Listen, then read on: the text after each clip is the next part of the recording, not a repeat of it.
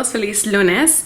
Seguimos nuestro estudio del libro de Marcos. Esta semana vamos a hacer algo distinto. Vamos a seguir leyendo el libro de Marcos. Mi meta es de terminar de leer Marcos para el fin de julio y todavía nos faltan creo que 7 o 8 capítulos. Así que esta semana vamos a leer 3 capítulos, pero lo vamos a hacer distinto.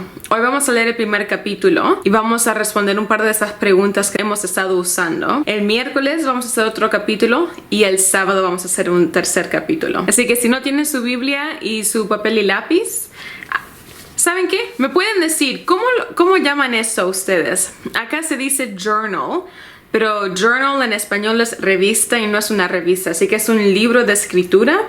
No sé, ¿cómo lo llaman? Avísenme en los comentarios. Me ayudan con mi español. Abramos nuestras Biblias al capítulo 5.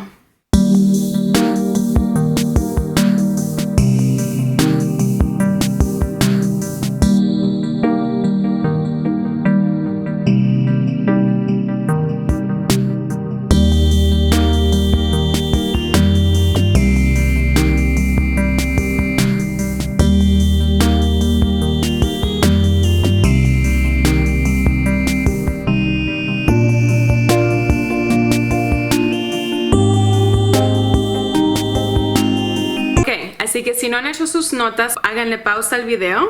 La razón por la cual les pido de que hagan sus notas antes de que escuchen las mías es para que ustedes puedan ver y darse cuenta cómo interpretan la Biblia. A veces yo encuentro cuando yo todavía no sé cómo me siento de un capítulo, de un versículo y escucho a otra persona hablar de ese versículo, a veces cambia como yo lo leo, que puede ser bueno, pero también es importante poder entender e interpretar la Biblia nosotros mismos. Ok, mis puntos, cosas que me llamaron la atención. Cómo los demonios le rogaban a Jesús que no los eche de estar dentro del hombre que estaba endemoniado. Y honestamente, si hasta los demonios no quieren volver al infierno, no sé por qué la gente a veces no toma su salvación un poquito más seria. La otra cosa que me llamó la atención es cómo fue el jefe de la sinagoga que vino a pedirle a Jesús que sane a su hija. Los últimos capítulos hemos leído como maestros de la ley, maestros de la sinagoga, fariseos, todos tenían acusaciones para Jesús, todos tenían opiniones negativas, nadie quería que él enseñe. No había buena onda. Pero cuando se trata de la vida y la muerte, y especialmente de un familiar, es como en esos momentos no importa la opinión que tengas de una persona. Si esa persona te puede ayudar, vas a morderte la lengua y vas a pedir ayuda. Y me gusta que esta historia esté en este capítulo, porque demuestra que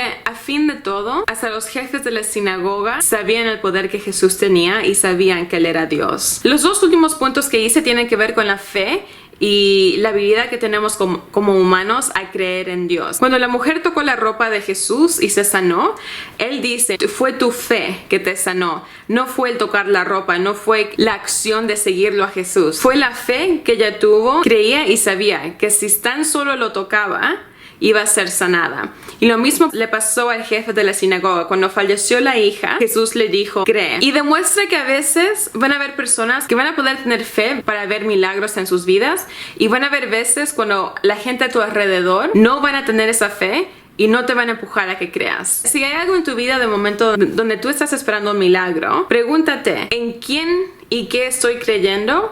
¿Y dónde está mi fe? Cuando uno ha estado orando por algo por mucho tiempo y no ve nada cambiar, es bien fácil decir, me cansé, no ha pasado nada, aquí termina mi fe. Y en esos momentos vamos a ser nosotros en quien esas personas piensan. Así que siempre hay que estar listo de tener fe para las personas que se sienten que ya no pueden creer más en sus vidas. Dejen las respuestas a sus preguntas en los comentarios. Hablemos un poquito más de este capítulo ahí abajo y nos veremos el miércoles para el capítulo 6 de Marcos. Sean bendecidos. Chao.